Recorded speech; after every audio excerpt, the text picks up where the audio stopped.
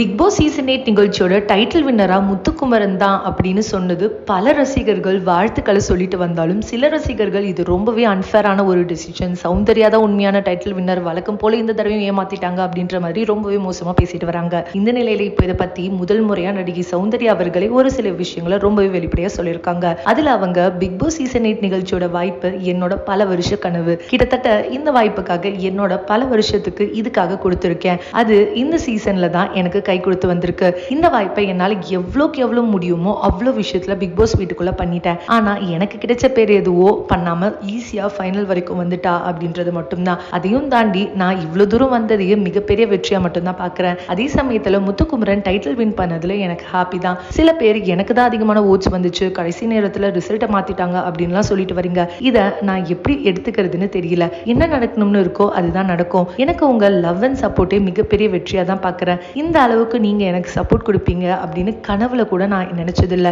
ரொம்பவே ஹாப்பியா இருக்கு. கூடிய சீக்கிரமே என்னோட ஃபேன்ஸை நேர்ல மீட் பண்றேன் அப்படின்னு ரொம்பவே எமோஷனலா கண் கலங்க சொல்லி முடிச்சிருக்காங்க. ஸோ இந்த வீடியோவை பார்த்துட்டு இருக்க நீங்க நடிகை சௌந்தர்யா சொல்லியிருக்க இந்த விஷயத்தை பத்தியும் முத்துக்குமரன் டைட்டில் வின்னரா வந்ததை பத்தியும் நீங்க என்ன நினைக்கிறீங்க அப்படின்னு உங்களுடைய கருத்துக்களை கீழே உள்ள கமெண்ட் செக்ஷன்ல ஷேர் பண்ணுங்க. மேலும் இது போன்ற பல முக்கியமான செய்திகளை தெரிஞ்சுக்க நம்ம சேனலை மறக்காம சப்ஸ்கிரைப் பண்ணிக்கோங்க.